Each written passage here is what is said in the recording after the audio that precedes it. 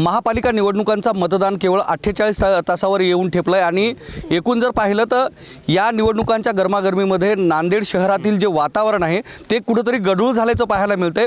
एकूणच कालच्या तारखेमध्ये माजी मुख्यमंत्री अशोक चव्हाण यांनी सुद्धा राजकीय दहशतवादाची वक्तव्य केलं होतं, कारण नांदेड शहरामधली वाढती गुन्हेगारी आहे, ती वाढती गुन्हेगारी आणि त्या वाढत्या गुन्हेगारीला असणारा राजकीय आश्रय जो आहे त्याच्यावर त्यांनी वक्तव्य केलं होतं आणि हा कुठेतरी संपलं पाहिजे असं त्यांनी कालच्या तारखेत सांगितलं होतं। आणि आजच या ठिकाणी निवडणुका मतदान केवळ 48 तासावर असताना एका जे उमेदवार प्रतिनिधी आहे त्याच्यावर प्राणघातक हल्ला झालेला आहे। आपल्यासोबत नांदेड जिल्ह्याचे विद्यमान खासदार रवींद्र चव्हाण हे आपल्यासोबत आहेत। काय सांगणार आजची जी घटना झालेली आहे, तुमचा जो उमेदवार प्रतिनिधी आहे त्याच्यावर प्राणघातक हल्ला झालेला आहे, तुम्ही कसं पाहता या सगळ्या घटनेकडे?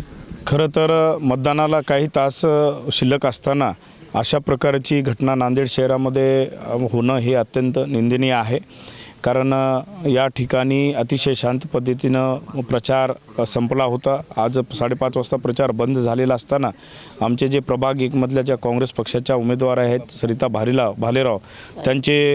भालेराव त्यांचे पती शिवाजी भालेराव हे आपल्या गल्लीमध्ये मित्रांसोबत गप्पा मारत असताना काही गुंड आले, तलवारी घेऊन आले, त्यांना जीव मारण्याचा प्रयत्न केला।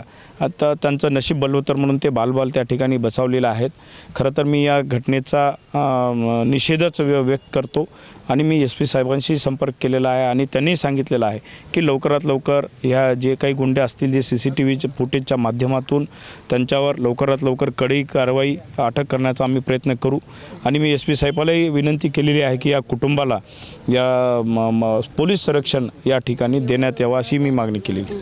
एकूण जे काही हल्ला झालेला आहे केवळ 48 तासावर मतदान शिल्लक आहे। कालच्या तारखेमध्ये माजी मुख्यमंत्री अशोक चव्हाणांनी सुद्धा वक्तव्य केलं होतं की राजकीय जो दहशतवाद आहे किंवा वातावरण ते वाढत आहे तर राजाश्रय असल्याचं बोलल्या जातं।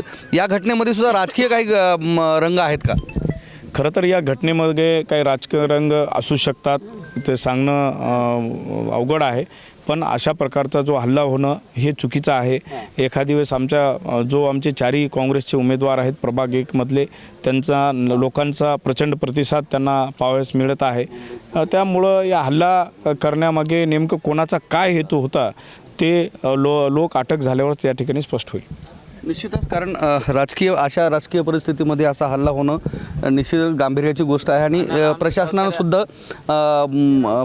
सुद्धा ही गोष्ट गांभीर्यानं घेणं गरजेचं आहे। ज्यांच्यावर हल्ला झाला होता हे उमेदवार प्रतिनिधी शिवाजी भालेराव हे आपल्यासोबत आहेत। नेमकी काय घटना घडली होती आणि कोणत्या वेळेमध्ये हा हल्ला झाला? 7:45ला फुटेज आहे साहेब, म्हणजे तेच 1-2 सेकंद आधी पब्लिक जर नसली असती आणि माझ्या हातात खुर्ची जर नसती असती तर 100% माझ्या शरीरावर घाव तलवारी पडल्या असत्या साहेब।